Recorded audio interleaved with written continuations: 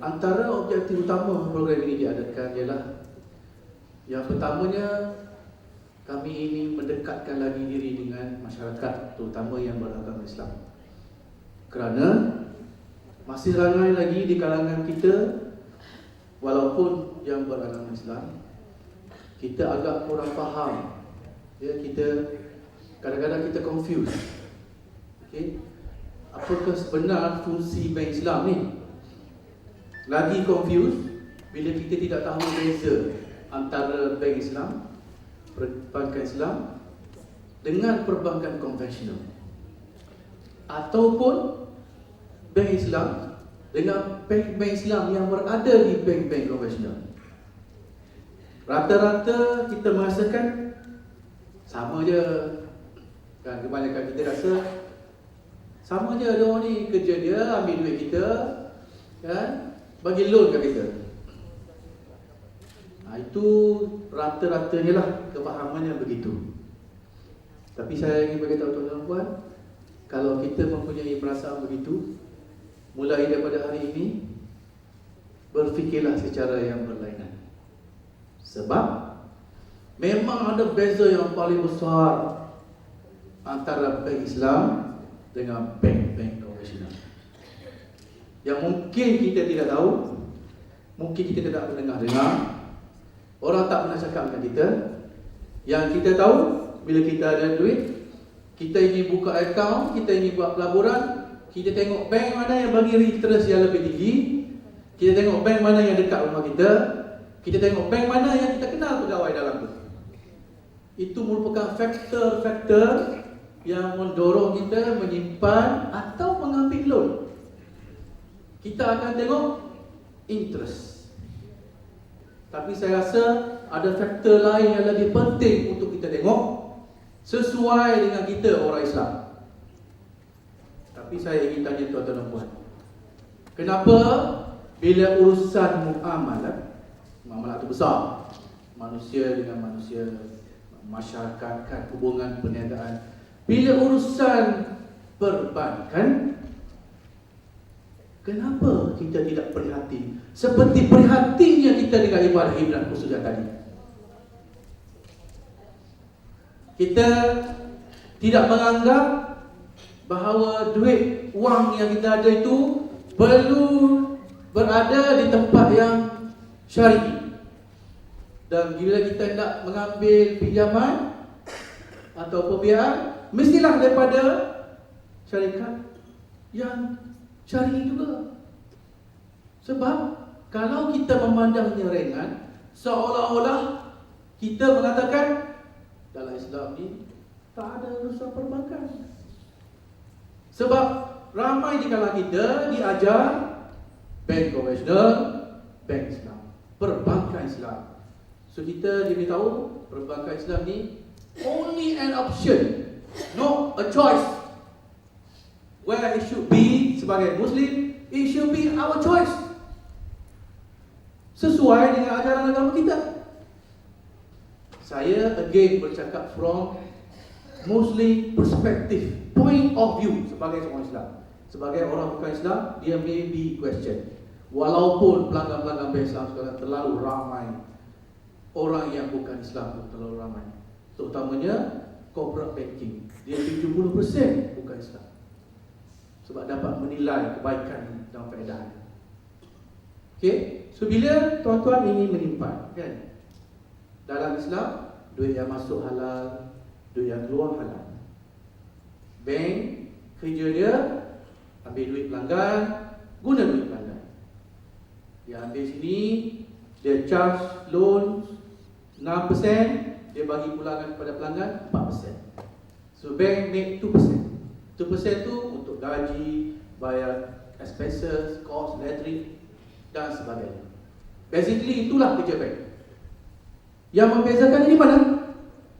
Bila kita menyimpan, okey, syariah mengatakan mana saja duit yang datang ke bank, kita perlu terimanya dengan tangan terbuka. Selagi ianya tidak dibuktikan wang itu haram. Mana kita kena sangka baik, semua datang terima. Kecuali ada datang Dia bawa satu buni, ikut kawan buni. Dia datang berdua. Dia kata, tuan, kami nak bersihkan duit ni. Sebab ini kami yang merompak ni semalam masuk TV tu. Jadi kami nak halalkan duit ni lah, masuk dalam bank Islam. Pada masa itulah pegawai-pegawai bank Islam berhak untuk tidak menerima duit haram. Other than that, terima. Sebab syariah tu senang sebenarnya tuan-tuan. Kita je menyusahkan.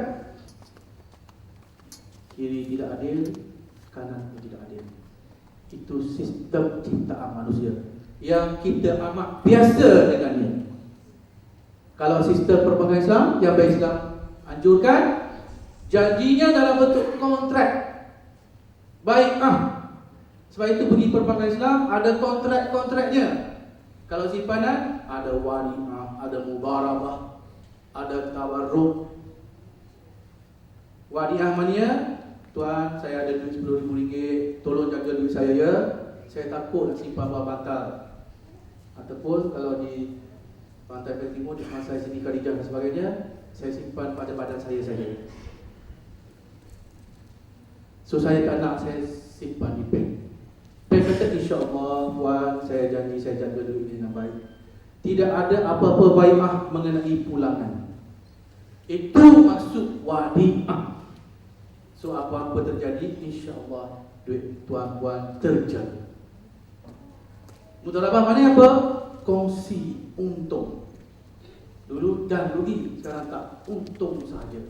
Kalau bank berniaga, saya untung RM10,000, saya janji bagi pada tuan 70%, saya ambil 30%. Tuan ambil RM7,000, saya ambil RM3,000.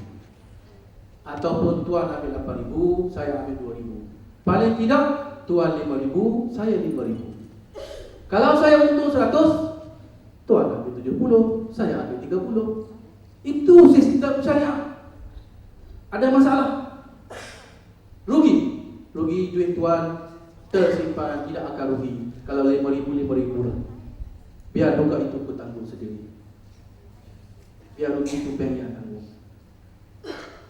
Tuan-tuan faham tak? So jangan tengok tinggi rendah itu pada mata pandangan kita. Tinggi rendah yang diiktiraf oleh syariah. Jadi tuan-tuan yang sudah ada akaun, saya rasa ramai, alhamdulillah. Tapi kalau tak ada lagi, akaun bank Islam yang top sekarang di market, nama dia Al-Awfa, ALAWFAR. Tuan-tuan pergilah nanti ke branch. Kalau tak pergi, boleh janji, kan? Janji ramai-ramai satu hari bank Islam datang, boleh buka akaun di sini. Tak ada masalah. Ada setengah company, semua staffnya akaun dengan bank Islam. Kebetulan company itu not so Islamic. Tak apalah, dia dapat cahaya, kan? Okay. Kalau tuan buka, tuan minta, jangan minta ATM yang lama. Kata saya nak ATM card yang ada gambar harimau. Ini bersedekah tanpa disedari. Maknanya sebahagian daripada untung bank Islam tu kita share untuk pembangunan bola sepak negara. Itu gambar harimau tu. Okey, maknanya kita sumbangkan. Dulu kita bersama dengan Alisan. Tuan-tuan beli baju sukan di kedai Alisan dapat 20% diskaun. Siapa-siapa yang gila Man U ke Liverpool ke Chelsea ke kan, beli baju tu 200 lebih, dapat 20% diskaun, bagus. Tapi sayangnya kita berpatah arang dengan Alisan. Dia menarik diri. So sekarang Bank Islam tengah negotiate dengan Adidas dan Nike. So beli barangan tersebut tak payahlah guna cash lagi sekarang. Sekarang IT punya modern zaman kan, cashless society. Tak payah bawa beg berat-berat kan, wallet. Nanti berakut, nanti ambil, susah kita. Bawa kad saja, debit card. So debit card Bank Islam ni, ada orang mengatakan yang fitnah kepada Bank Islam. Dia kata alah, ada debit card Bank Islam, pakai mana sangat? Kuala Lumpur, Sabah, Sarawak, Semenanjung. Paling tinggi, umrah, haji. Satu fitnah yang besar. Sebab kad ini boleh digunakan di mana-mana saja di seluruh dunia. 950 Bank Islam, the next bill come 1% bulan ni, 1% bulan depan. Profit margin, kadar keuntungan. Conventional interest 1% on top of 1% on top of plus 1% times 950. So your 950 will grow. Selagi you tak settle, 950 ni akan grow. Sampai bila? Sampai infinite, sampai bila jahat. Dia akan naik.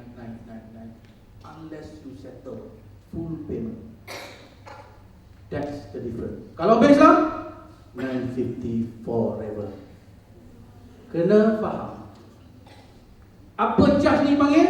Compounded interest. Bank Islam won't do such thing. Tu beza yang tak.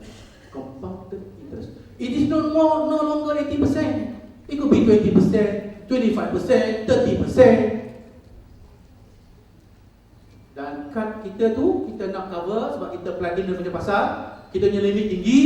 To be covered, you have to purchase the insurance in case anything happen to you. Bank Islam beri kad? No need. The moment we give you the card, it is already covered by takaful, free of charge. Islam itu tinggi, izzatul Islam. Islam di depan kita ada dua choice. Ada satu bank yang hebat, yang sudah lama, bangunan tinggi, staf hebat, pakaian kemas. Ada satu bank yang gunanya pakai sikit ke belakang. Tapi ingat, bank ini hebat macam mana pun, dia menjalankan sistem yang dicipta oleh manusia. Bank ini mungkin kurang hebat pada kita, tapi ingat, dia membawa sistem yang dibuat, yang diberikan oleh Allah Subhanahu. Yang lemah, yang perlahan, yang lambat tu kami manusia yang menjalankan. Mohon maaf. Sebab kami baru, sebab saya kata tadi, saya 31 tahun. I got to go through a lot of hiccup system. Saya kena throw di system, buy new one. Orang lain dah lepas. Orang lain dah lepas zaman itu. Dia sudah beratus abad wujud di dunia, bukan di Malaysia, di dunia. Tapi tuan-tuan ingat, tahun lepas kami punya CEO terpilih sebagai the banker of the year untuk worldwide, dunia punya level. Mana dunia sudah mengiktiraf Bank Islam di Malaysia. Kalau kita masih lagi mempunyai pandangan politik, buang jauh-jauh, buang jauh-jauh. Dan jangan sekali-kali menyamakan pinjam meminjam dengan jual beli. Takut nanti kena muncak balik.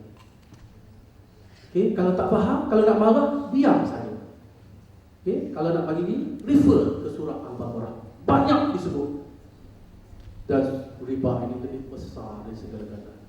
Lebih besar lagi daripada isu kad beri yang kita risau. Okey, sekali lagi mohon maaf, salah silap dengan masa yang terhad. InsyaAllah kita berjumpa lagi di masa akan datang. Offer untuk kamu muda ni bukan one time. Dia tak ada deadline. Kau nak pakai lagi bila-bila boleh. Okey, dan kami selalu, kalau company-company yang ada seluruh Malaysia, EPF, TNB, TM, seluruh Malaysia kami pergi. Dan alhamdulillah kesedaran orang ramai dah nampak. Wabillahi taufiq wal hidayah. Wassalamualaikum warahmatullahi wabarakatuh. Di manakah nikmat hidayah Allah itu? Iaitu sekarang ini kita bernaung bukan saja di bawah bangunan di BKL, tetapi kita sedang bernaung di bawah hidayah dan rahmat Allah Subhanahu wa taala. Yang telah memenuhi kursi-kursi kita ini pada pagi hari ini bukan sekadar kita, bahkan jin-jin Islam pun datang. Ya. Kalau tak percaya, cuba tanya orang sebelah, kau jin ke? Kalau dia mengangguk, itu tidur barangkali jin ngacau dia. Ya. Dan juga turut hadir bersama dengan kita adalah para malaikat. Yang disebutkan di dalam hadis Nabi yang sahih, Nabi menyatakan bahawa wa innal malaikata la tad'u ajnihataha li talibil ilm ridan bima yasna. Sesungguhnya para malaikat itu membentangkan sayapnya, ya, bagi menunjukkan Allah sedang menurunkan rahmatnya kepada mereka yang sedang menuntut ilmu. Dan apa saja yang orang menuntut ilmu itu buat, ridha, Allah redha. Termasuklah kalau dia tidur dalam majlis ilmu pun Allah redha, apatah lagi kalau saya tak nak redha. Jadi saya berikan laluan kepada hadirin hadirat, kalau yang rasa penat, kepenatan, ambillah masa untuk beristirahat. Ya, inilah peluang nak dapat nikmat tidur ibadat. Waktu lain tak dapat. Sebab itu orang perempuan jarang dapat. Orang lelaki tiap minggu dapat. Orang lelaki asal Jumaat dia dapat pahala dia, pahala tidur dalam khutbah Jumaat. Ini bukan pahala Jahannam namanya. Apa pahala pun tak dapat. Saya tak dengar. Pernah berlaku sebelum kita mulakan tajuk kita, saya nak naikkan semangat sikit lah. Pernah berlaku ada satu masjid saya pergi, ada seorang jemaah tu dia dengar khutbah, Tok Khatib sedang bagi khutbah, elok Tok Khatib, ittaqullah, usikum wa iyaya bittaqullah. Tok Khatib punyalah menjerit sampai gigi palsu nak tertanggal. Masuk balik. Punya bersemangat dia, tapi makmum dekat bawah dengar ittaqullah. Itu tanda takwa pada Allah. Yang tanda dia takut, dia tunduk dan patuh. Itu tak apa lagi. Dia sampai peringkat yang agak over. Dia tidur kat bahu kawan sebelah. Saya tengok dia tidur bahu kawan sebelah. Kawan sebelah tu nak tumpu dengan khutbah, dia pun tak selesa, dia tolak. Last sekali apa jadi? Dia mengeruh. Dia bila sampai peringkat mengeruh tu, ini dah kurang asam namanya, bukan kurang bersih. Akhirnya orang sebelah tu tegur dia, gerak dia, shh, buat begitu isyarat. Nak cakap tak boleh, dia buat isyarat. Dia giling badan, dia kata, kau tak dengar Bilal kata apa tadi? Barang siapa yang berkata-kata atau memberikan isyarat waktu khatib sedang berkhutbah, maka rosaklah pahala. Maksudnya dia bagi tazkirah pula kepada kawan yang menegur dia yang tidur mengeruh pula, tak ada masalah pula dia. Ini namanya orang tak sedar diri. Baik, jadi hadirin dikasihi yang dirahmati Allah Subhanahu wa taala sekalian, antara nikmat yang Allah sedang berikan kepada kita adalah kita diberikan nikmat hidup, dan kita kena minta dan mohon kepada Allah agar Allah panjangkan umur dan hayat kita, agar kita dapat berkesempatan dengan Ramadan. Kita dapat berkesempatan dengan Ramadan. Sebab para salafus salih yang terdahulu 6 bulan sebelum datang Ramadan, mereka dah buat countdown. 3, 2 dah buat. Tiap-tiap hari Abdullah bin Mas'ud dia tanya bini dia, yang bila pula nak datang Ramadan, berapa hari lagi? Entahlah bang. Itu kalau zaman para sahabat, mereka tanya isterinya, saling ingat mengingatkan. Kita hari ni bukan tanya gitu, abang, bila pula ni kita nak pergi ke Kabda ke apa, ke nak pergi kain ni, dah tak lama dah nak raya ni. Kawan tak ada orang nak menempah pun pakai je lah keplekat tu. Geram sangat dia kata, minta awal tak mau kan.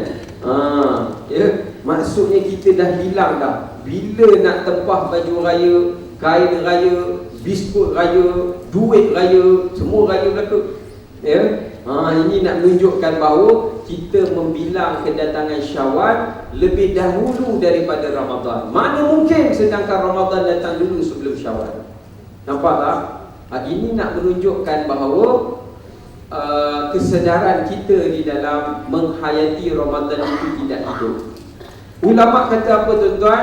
Ulama kata, sebab itu ulama ajar kita baca doa, Allahumma barik lana fi Rajab wa Sya'ban wa ballighna Ramadan. Ya Allah, ya Tuhanku, berkatilah kami pada Rajab dan Sya'ban, dan sampaikanlah kami ke dalam bulan Ramadan. Maksudnya kita minta Allah panjangkan umur kita sampai Ramadan. Pasal apa ulama dulu minta panjang umur sampai Ramadan? Sebab di dalam bulan Ramadanlah bulan yang memanjangkan umur dan usia kita. Ada orang tahu, kalau nak panjang umur, dia kena jumpa Ramadan baru umur dia boleh panjang. Sebab di dalam Ramadan ada malam Lailatul Qadar yang Allah Subhanahu wa taala sebut, Lailatul Qadri khairum min alfi syahr. Sesungguhnya malam Lailatul Qadar lebih baik daripada kamu beramal ibadat ataupun hidup lebih daripada 85 tahun ke atas. Lebih, bukan 85 tahun, lebih daripada 85 tahun. Jadi para ulama-ulama dahulu, orang zaman Nabi dahulu, mereka nak masuk Ramadan kerana mereka tahu waktu nak panjangkan, nak lanjutkan usia mereka hanyalah dalam bulan Ramadan. Mereka dapat jumpa Lailatul Qadar walaupun umur mereka 40 tahun, ditambah pula dengan lebih daripada 85 tahun, umur mereka dah 100 lebih tahun. Jadi sebab itu mereka kata, ya Allah, paling kurang kami dapat jumpa Ramadan, lepas Ramadan tak ada pun tak apa. Orang kita, ya Allah, sampaikanlah kami ke Ramadan. Elok nak masuk akhir Ramadan. Yang terbaiknya kalau kita mati dalam bulan Ramadan tu baik. Tapi tak ada siapa pergi doa tak mati. Ya. Ada pula masuk Ramadan, ya Allah, aku berdoa kepada Engkau panjangkan umurku sampai dapat jumpa Ramadan. Ya, kalau boleh mati dulu sebelum masuk Ramadan. Dan masuk Ramadan, ya Allah, kalau boleh postpone, panjangkan lagi. Ni nak dekat Syawal ni, nak balik raya, lama dah tak balik, ya Allah. Baju raya dah tempah, dia minta postpone pula. Ya, dia nak ceritakan bahawa sikap-sikap dia dan juga tabiat-tabiat manusia. Saya nak kongsikan dahulu, kalaulah sekiranya guru saya ajar ni, dia kata, kalaulah kita duduk dalam majlis ilmu, ya, kita rasa penat, kita rasa tak segar, kita rasa mengantuk, kita rasa lemah, jadi amallah satu zikir ni. Zikir ni kalau kita baca, kalau orang lelaki duduk dalam khutbah Jumaat jadi segar mata dia. Kalau kita orang perempuan duduk jadi terang mata, ya, jadi semangat je. Boleh ikut sama-sama, boleh ya? Okey, ikut sama-sama kuat ya. Inna lillah. Kenapa pula? Tak habis baca doa lagi. Saya pun dulu mengikut juga. Inna lillah wa inna. Ini macam dia ilahi teruskan. Ilahi rajiun. Lepas baca zikir tu, kalau ada yang mengantuk, mati dia tu. Tinggal nak diuruskan nanti. Baik, jadi perhatikan sahabat-sahabat di sebelah. Kalau dia tak baca, kita baca tiup. Ustaz tak bergerak pun, sila laporkan kepada pihak ustaz. Dengan segera Baik, tajuk kita pada pagi ini adalah berkenaan dengan Ramadan dan kaifiat Ramadan. Sebenarnya apa yang saya nak kongsikan pada pagi hari ini adalah bagaimana kita nak membuat persiapan yang rapi untuk menyambut kedatangan Ramadan yang tinggal lagi beberapa hari saja, lebih kurang 10 hari lagi. Ya, tak lama lagi kita nak menyambut kedatangan Ramadan. Bagaimana kita nak menjadikan Ramadan kita pada kali ini adalah Ramadan Rasulullah sallallahu alaihi wasallam. Ya, supaya kita keluar daripada Ramadan, kita layak untuk mendapat satu sijil penganugerahan daripada Allah Subhanahu taala pada 1 Syawal. Dalam sebuah riwayat sebutkan, riwayat itu panjang, saya tak boleh nak baca matan dia, saya baca terjemahan dia. Pada 1 Syawal, semua malaikat akan turun, ya, serta membawa beberapa helaian kain-kain, dibentangkan di antara rumah orang yang diterima amalan puasa dia sampai ke rumah Allah, ke masjid. Waktu saat dia nak keluar, nak pergi sembahyang raya, dia keluar saja, rupanya inilah orang-orang yang amalan-amalan ibadat pada bulan Ramadan ini diterima oleh Allah. Malaikat iring dia, bawa berkompang di masjid. Dia tak adalah rasa begitu, tapi nak ceritakan malaikat raikan dia. Yang kita ni, yang patut tak dapat, tapi raya gila lebih daripada orang gila, contohnya kan, kapek pun tak ada, apa pun tak ada, pergi berjalan ke masjid, melencong ke tempat lain. Itu masalah. Kadang-kadang dia pergi ke masjid, pernah berlaku Ramadan tak pernah nampak. Ada satu yang saya pernah pantau, saya pernah bertugas di satu masjid di Subang Jaya itu. Ramadan jangan nampak, tiba-tiba main raya, dia duduk belakang tu imam, pegang mic nak takbir. Imam dah habis bagi saya. Saya kata Ramadan tak pernah nampak pun bawa selawat ke apa kan. Dia pun ambil ya. Allahu Akbar kabiran walhamdulillahi katsiran. Saya kata dia macam wa asyhadu an la ini nak takbir, kita azan, dah confuse orang. Sekali orang pun lantaklah, biar je lah. Lepas habis tu sampai jemaah keluar, bila masa pula raya ada azan ni? Dia punya PL lah tu. Sebaik tak buat aduan pada jais, boleh kena tangkap dulu mati. Ya, nak ceritakan pernah berlaku juga. Ya, tak pernah datang ke masjid, tiba-tiba raya dia nak jadi imam. Itulah tak ada harapan. Ya, baik. Jadi antara perkara yang penting untuk kita menyambut kedatangan Ramadan yang disebutkan oleh para ulama adalah kita mesti kena ada persiapan. Sebab ulama kata Ramadan ini diumpamakan seperti tetamu Allah. Tetamu ni Allah dah announce, dia datang kat rumah kita, seluruh pelosok bumi ni dia datang selama 1 bulan. Sebab itu ada orang yang pertama sifat dia, ulama kata dia ni orang ghafil. Ramadan tu datang, dia pun tak ada menyambut Ramadan, dia tinggalkan Ramadan, serupa juga tabiat dia tu tak ada berubah. Ini golongan yang ghafil. Yang kedua, ulama kata ada golongan yang disebutkan sebagai golongan yang syaqi. Syaqi ni golongan yang rosak teruk, ya, iaitu golongan yang dianggap Ramadan ni benda yang membebankan, menyusahkan dia. Ramadan nak mai dah, habislah, tak boleh nak lepak kedai mamak minum ke apa, nak tengok World Cup ni, kan musim bola ni. Jadi golongan yang kita balik pada perbincangan kita tadi, iaitu golongan yang syaqi, golongan yang dianggap Ramadan ni benda yang memberatkan dia, memenatkan, meletihkan, ya, menyukarkan bagi dia nak kerja lah dan sebagainya, ya. Sedangkan kalau kita tengok sebenarnya Ramadan inilah tujuan Allah memberikan Ramadan bagi mencukupkan kerehatan kepada diri dan untuk kebaikan kesihatan dalaman kita, ya, memberikan ruang masa kita yang lebih kerana kita tidak ada masa untuk makan. Ya, kita masuk jadi kepada ada golongan yang ketiga, dipanggil golongan yang khasir, yang rugi. Yang rugi ni macam mana? Dia tahu Ramadan nak datang ke rumah dia dalam tempoh sebulan, tetapi dia dah belilah persiapan semua, tapi persiapan itu tak cukup untuk melayan tetamu Allah itu dalam tempoh sebulan. Dia cukup untuk 2 minggu saja.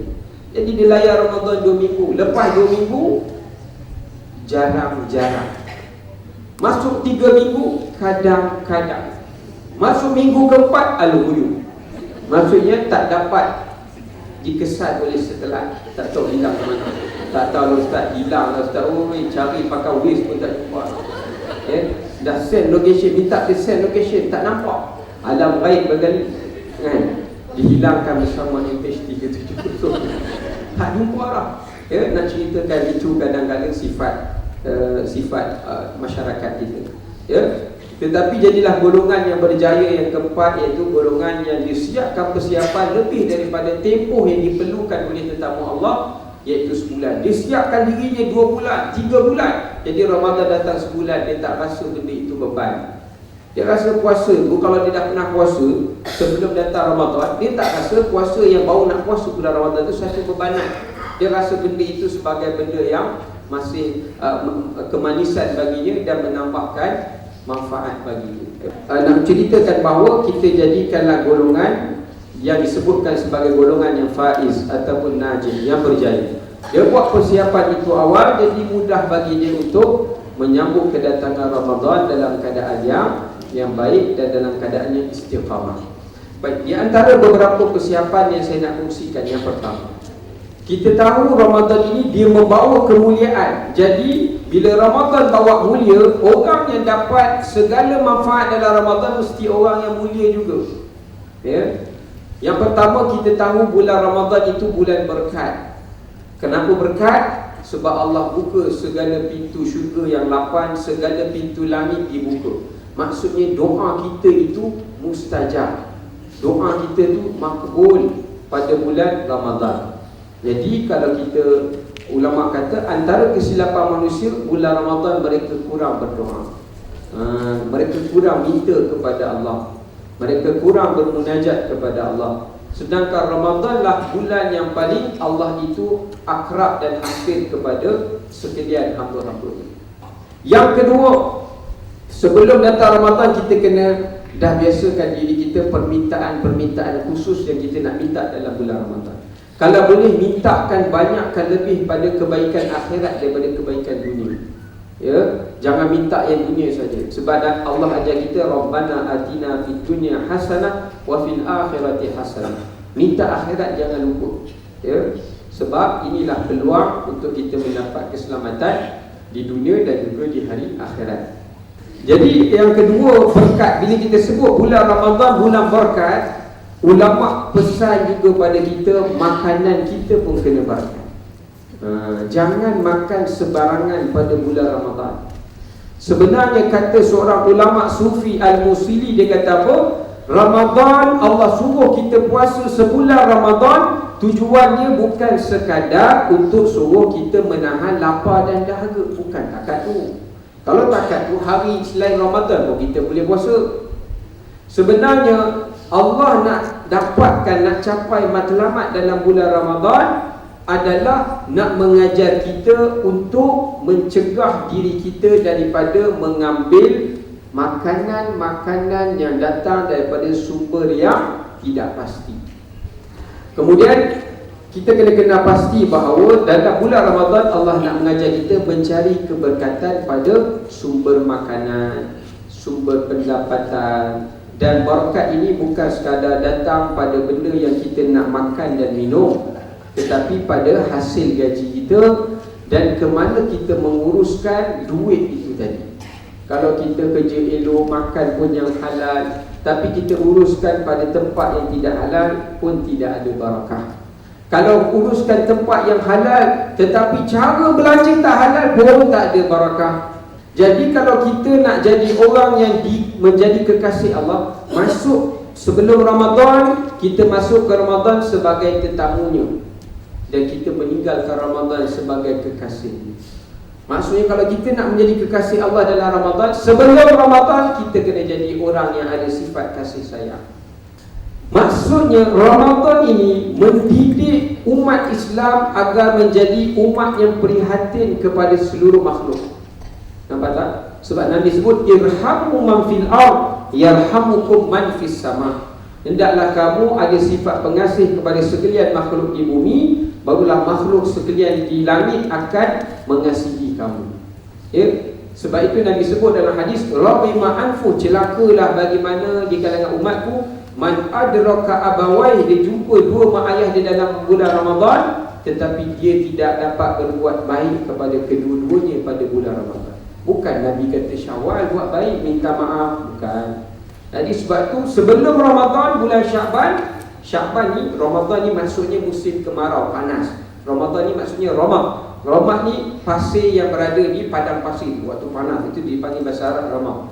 Sya'ban, bulan Sya'ban ni orang Arab panggil Sya'ban sebab bulan ini orang Arab dia keluar daripada rumah dia untuk mencari bekalan-bekalan. Sebelum kedatangan Ramadan mereka cukup bekalan. Jadi ini di antara bekalan yang kita nak bincang, ya, iaitu amalkan ziarah, berhubung, ya, saling kalau kita tak pernah bertemu siapa dan sebagainya. Jadi hubungan ini perlu diambil tahu. Ya, termasuklah kita kena kenali orang-orang fakir, orang miskin dan sebagainya.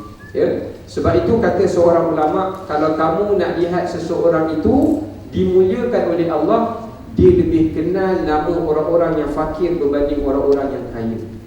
Cristiano Ronaldo kenal, orang kaya tak kenal. Lionel Messi kenal, orang miskin juga sebut tak tahu. Ya? Sedangkan orang yang miskin itu adalah orang yang diberi perhatian lebih oleh Allah. Kemudian bulan rahmat, saya ringkas kita ada masa. Yang seterusnya, bulan Ramadan adalah bulan maghfirah, wa awsatuhu maghfirah. Bulan Ramadan bulan maghfirah, maksudnya Ramadan lah dibukanya pintu taubat seluas-luasnya, tak ditutup. Jadi maksudnya bahawa bulan Ramadan adalah bulan maghfirah. Kita kena jadi orang yang memaafkan, dan kita kena kurang berbuat kejahatan pada orang lain.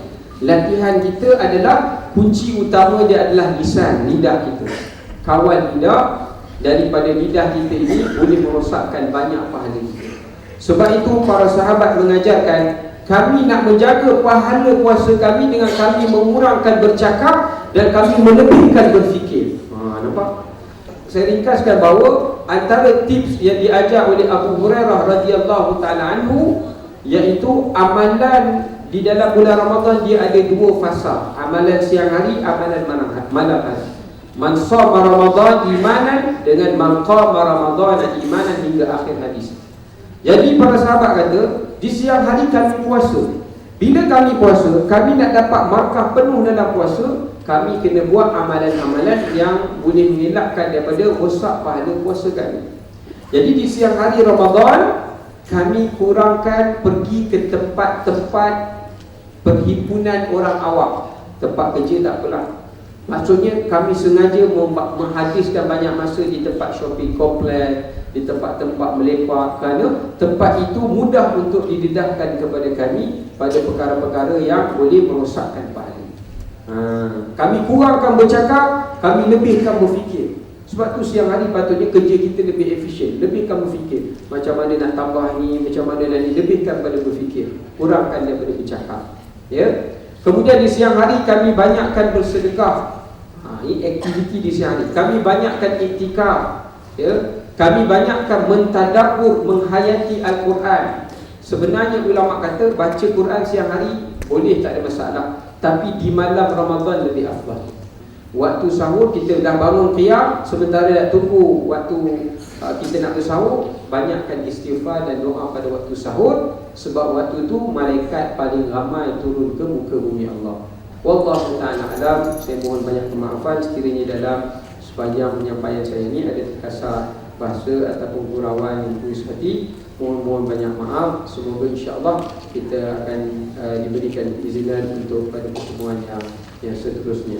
Sekian dahulu, saya akhiri dengan wabillahi taufiq wal hidayah. Assalamualaikum warahmatullahi wabarakatuh. Alhamdulillahirabbil alamin. Hamdan syakirin, hamdan na'amin. Hamdan yuwafi ni'amahu wa yukafi'u mazidah.